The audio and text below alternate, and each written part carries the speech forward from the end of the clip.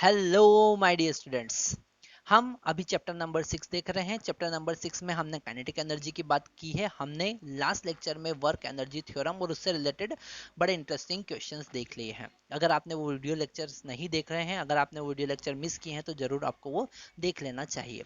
इस लेक्चर में हम बात कर रहे हैं पोटेंशियल एनर्जी पर। पोटेंशियल एनर्जी को समझने से पहले हमने जो लास्ट लेक्चर देखा है जिसमें हमने कंजर्वेटिव और नॉन कंजर्वेटिव फोर्स की बात की है, वो हमको ध्यान से समझ लेना चाहिए, क्योंकि पोटेंशियल एनर्जी का कॉन्सेप्ट पूरा का पूरा कंजर्वेटिव फोर्स से रिलेटेड है। कंजर्वेटिव फोर्स ऐसे फोर्स होते हैं जिनका वर्क डन पाथ पे डिपेंड नहीं करता है, इनिशियल और फाइनल पोजीशन पे डिपेंड करता है। और नॉन कंजर्वेटिव फोर्स ऐसे फोर्स होते हैं जिनका वर्क डन पाथ पे डिपेंड करता है। अब कंजर्वेटिव फोर्स को कंजर्वेटिव फोर्स क्यों कहा, उस पर आपको जरूर ध्यान देना चाहिए। कंजर्वेटिव फोर्स को कंजर्वेटिव फोर्स इसलिए कहा क्योंकि उस फोर्स के अगेंस्ट जब कोई एजेंट एक्सटर्नल एजेंट मतलब सिस्टम से बाहर वाला एजेंट उस पर वर्क करता है, किसके अगेंस्ट? कंजर्वेटिव फोर्स के अगेंस्ट, तो वो उस सिस्टम में कंजर्व हो जाता है, स्टोर हो जाता है और उसको हम वापस से रिगेन कर सकते हैं, क्योंकि वो इनिशियल और फाइनल पोजीशन पर डिपेंड कर रहा है। अगर हम उसको वापस से इनिशियल पोजीशन पर डिपेंड कर रहे हैं, पोजीशन पर लेकर आते हैं, तो फाइनल पोजीशन पर जाने पर जितना वर्क हमने किया था वापस से हमको वो वर्क रिटर्न मिल जाएगा। और वही पोटेंशियल एनर्जी का कॉन्सेप्ट है। कंजर्वेटिव फोर्स को कंजर्वेटिव इसलिए कहा क्योंकि वो कंजर्व हो जाता है, वो स्टोर हो जाता है सिस्टम में। ओके, अगर उसके अगेंस्ट हम काम करते हैं, तो वो नॉन कंजर्वेटिव फोर्स कौन से होते हैं? जो उनका वर्क डन पाथ पे डिपेंड करता है ना। जिनका वर्क डन पाथ पे डिपेंड करता है, जैसे फ्रिक्शन फोर्स। तो अगर फ्रिक्शन फोर्स के अगेंस्ट हम काम कर रहे हैं, किसी ब्लॉक को हम मूव करवा रहे हैं और हम जो एनर्जी यूज कर रहे हैं वो फ्रिक्शन फोर्स के अगेंस्ट यूज हो रही है, और वो एनर्जी हीट के फॉर्म में डिसिपेट हो जाएगी और उसे हम वापस से रिगेन नहीं कर सकते हैं, वो सिस्टम में स्टोर नहीं होगी, कंजर्व नहीं होगी, इसलिए नॉन कंजर्वेटिव फोर्स है। तो यहां पर हमारे पास जो नेक्स्ट टॉपिक आने वाला है वो टॉपिक है पोटेंशियल एनर्जी। कौन सा टॉपिक है? Potential energy. तो हम बात कर रहे हैं पोटेंशियल एनर्जी की। ओके, अगर हम पोटेंशियल एनर्जी को डिफाइन करें, जैसा हमने अभी डिस्कस किया है, हमने डिस्कस किया है कि जब हम कंजर्वेटिव फोर्स के अगेंस्ट काम करते हैं, तो वो वर्क डन सिस्टम में एनर्जी के फॉर्म में स्टोर हो जाता है। ओके, है ना। हम लिखेंगे work done against the conservative force. क्या लिखेंगे? Work done against the conservative force stored in form of energy, stored in form of energy into the system या body, and that can regain and that can regain उसको वापस से हम regain कर सकते हैं, is called potential energy. Okay, तो potential energy का फॉर्मूला क्या है? Delta U. सबसे पहले आपको ये बात समझ लेना चाहिए कि पोटेंशियल एनर्जी को हम डिनोट करते हैं यू से, और डेल्टा यू का मतलब चेंज इन पोटेंशियल एनर्जी। क्या होता है? Change in potential energy. Delta U का क्या मतलब है? Change in potential energy. Okay, तो delta U is equal to minus W by conservative force. Okay, W by conservative, तो माइनस क्या? Work done. जो कंजर्वेटिव फोर्स ने काम किया है उसके आगे माइनस लगाएंगे तो एक्सटर्नल एजेंट ने कितना काम किया है वो पता चल जाएगा। ओके, तो यहां से हम लिखेंगे work done by the conservative force और उसके आगे माइनस साइन लगाया तो हमको मिलेगा डेल्टा यू। डेल्टा यू मतलब कि हो सकता है कि सिस्टम में पहले से इनिशियल पोटेंशियल एनर्जी कुछ है, अब आपने कंजर्वेटिव फोर्स के अगेंस्ट काम किया तो अब आपका पोटेंशियल एनर्जी वहां इनिशियल पोटेंशियल एनर्जी से इंक्रीज होगा। तो जो भी आपने पोटेंशियल जो भी कंजर्वेटिव फोर्स के अगेंस्ट काम किया है वो चेंज इन पोटेंशियल एनर्जी देगा, वो फाइनल पोटेंशियल एनर्जी पे पहुंचा देगा, पर हो सकता है कि पहले से उसमें इनिशियल पोटेंशियल एनर्जी स्टोर हो, तो वो क्या बताएगा, वो चेंज बताएगा। इसलिए हमने यहाँ पे लिखा चेंज। चेंज का मतलब final potential energy minus initial potential energy is equal to negative work done by conservative force. Okay, यहाँ पर कुछ छोटे छोटे पॉइंट आपको याद रखना है। पहला पॉइंट याद रखना है कि आपको केवल कंजर्वेटिव फोर्स ही काउंट करना है। दूसरा, यहाँ पर माइनस साइन लगाकर हम जो कंजर्वेटिव फोर्स ने काम किया है उसके अगेंस्ट वर्क डन निकाल सकते हैं। तो यहाँ पर जो नेगेटिव साइन है, नेगेटिव साइन है वो किस बात को इंडिकेट कर रहा है, नेगेटिव साइन इंडिकेट कर रहा है work done against, work done against the conservative force, work done against the conservative force, conservative force. Okay, तो यहां पर वर्क डन अगेंस्ट तो this negative sign, that's why we are using this negative sign. और इस work done against the conservative force, तो work done by conservative force कैसे लिख सकते हैं, वो लिख सकते हैं इंटीग्रेशन, इंटीग्रेशन जो भी उसका इनिशियल पोजीशन है वहां से फाइनल पोजीशन पर पहुंचाने में किसके कारण, कंजर्वेटिव फोर्स के कारण, डॉट डी आर। ओके, तो यहां पर हमको डेल्टा यू इक्वल टू मिला, क्या मिला, delta U equal to minus integration initial position से फाइनल पोजीशन एफ, कौन सा, केवल conservative, dot D R. Okay, तो ये हुआ आपका पोटेंशियल एनर्जी। ऐसा वर्क डन जो कंजर्वेटिव फोर्स के अगेंस्ट हम करते हैं वो वर्क डन सिस्टम में पोटेंशियल एनर्जी के फॉर्म में स्टोर हो जाता है। तो यहाँ पर पोटेंशियल एनर्जी एक टाइप का एनर्जी है जिसको जूल में हम मेजर करेंगे, तो इसका यूनिट क्या होगा, इसका यूनिट जूल ही होगा। ओके, इसका डायमेंशन फार्मूला जो एनर्जी का डायमेंशन फार्मूला होता है दैट इज ml2t-2 ही होगा। ओके, है ना, तो इसमें कोई चेंजेस नहीं है, पर फार्मूला हमको ये याद रखना है। ये है पोटेंशियल एनर्जी फाइंड करने का फार्मूला।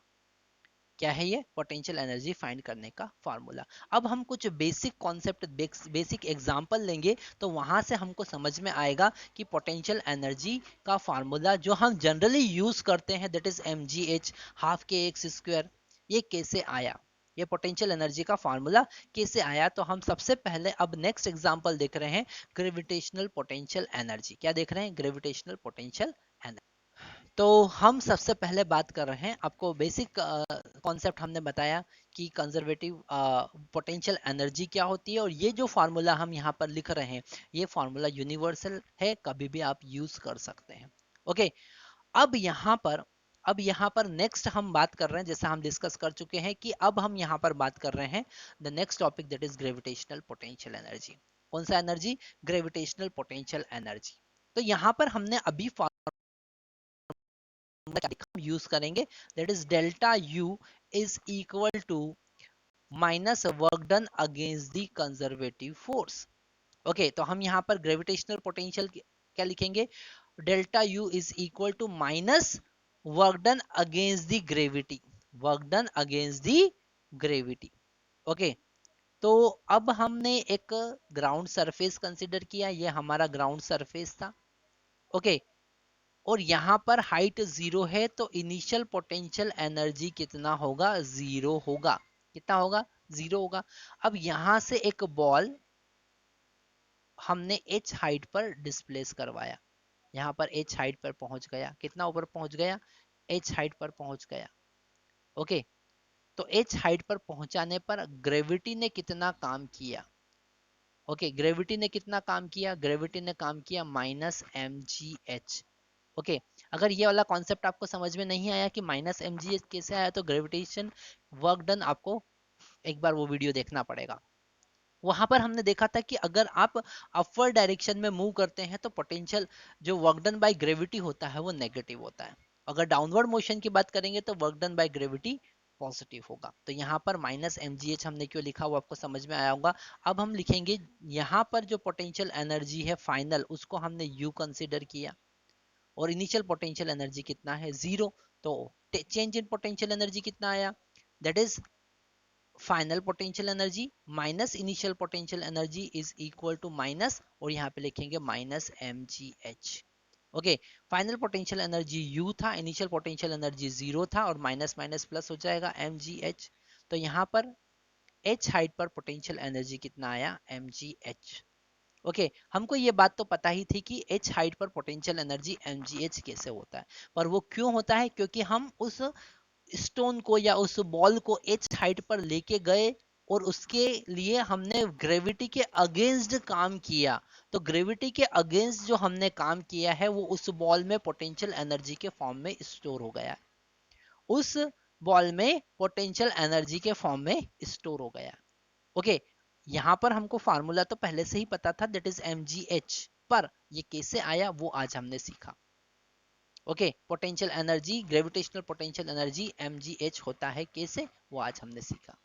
एक और एग्जांपल हम लेते हैं जिसमें हम बात करेंगे elastic potential energy stored in spring. Okay, तो हम अब बात कर रहे हैं elastic potential energy stored in spring. Okay, तो यहाँ पर हमारे पास में एक एक स्प्रिंग है जिसका स्प्रिंग कांस्टेंट k है। ओके, इसका स्प्रिंग कांस्टेंट k है और इस स्प्रिंग को हम एक्सटेंड कर रहे हैं। ओके, तो यहाँ पर मैं आपको पहले बता देता हूँ कुछ छोटे छोटे कॉन्सेप्ट की वर्क डन बाय स्प्रिंग हमने क्या देखा था। वर्क डन बाय स्प्रिंग था -1/2k x final square minus x initial square. Okay, ये वाला फार्मूला हमने देखा था और हमने आपको बताया था कि work done bye spring positive भी होता है, नेगेटिव भी होता है और जीरो भी होता है। ओके, पर अगर एक्स इनिशियल जीरो है, मतलब कि उसकी नेचुरल लेंथ पर है। ओके, कोई एक्सटेंशन नहीं है, कोई कंप्रेशन नहीं है, यहाँ पर वो उसकी नेचुरल पोजीशन पर है। किस पर है, नेचुरल पोजीशन पर है। किसी भी टाइप का उसमें इनिशियल एनर्जी स्टोर्ड नहीं है, तो इनिशियल पोटेंशियल एनर्जी भी जीरो होगा। अब यहाँ पर आप क्वेश्चन पूछ सकते हैं, sir initial potential energy zero कैसे। थोड़ा सा इमेजिन करो कि स्प्रिंग रिलैक्स कंडीशन पे रखी हुई है, उसमें कोई एक्सटेंशन नहीं है, नहीं कोई कंप्रेशन है, तो उसमें काहे की पोटेंशियल एनर्जी होगी, उसमें कोई पोटेंशियल एनर्जी नहीं होगी, जीरो। तो अगर हम स्प्रिंग का अब वर्क डन देखे तो फार्मूला क्या आता है, -1/2kx²। ये हमने डिस्कस किया था, -1/2kx²। अगर फाइनल पोजीशन हमने x पर पहुंचा दी तो। ओके, अब अगर हम पोटेंशियल एनर्जी का फार्मूला यूज करें, that is equal to delta U is equal to minus work done against the conservative force. और यहाँ पर कंजर्वेटिव फोर्स कौन है, इलास्टिक फोर्स, स्प्रिंग का फोर्स। ओके, तो यहाँ पर अगर हम potential energy final minus potential energy initial देखें, तो वो हो जाएगा minus work done by the potential energy, that is equal to -1/2kx²। Okay, क्यों, क्योंकि हमने उसको x initial that is equal to 0 से x final that is equal to x तक पहुंचाया। ओके, यहाँ से हमने उसको x डिस्प्लेसमेंट दिया, तो इतना वर्क डन करना पड़ा। माइनस माइनस कैंसिल हो जाएगा, फाइनल पोटेंशियल एनर्जी U हो गया, इनिशियल पोटेंशियल एनर्जी 0 था, एनर्जी फार्मूला आया ½ kx²। तो ये फार्मूला क्या आया, ½ kx²। अभी ½ kx² क्यों आया है ये आपको समझ में आया होगा कि ये फार्मूला कैसे आया। ये सारे कॉन्सेप्ट आपको बहुत अच्छे से याद रखना है, क्योंकि यही कॉन्सेप्ट मैक्सिमम टाइम हम न्यूमेरिकल में यूज करते हैं। आगे के कॉन्सेप्ट इसी कॉन्सेप्ट से रिलेटेड है।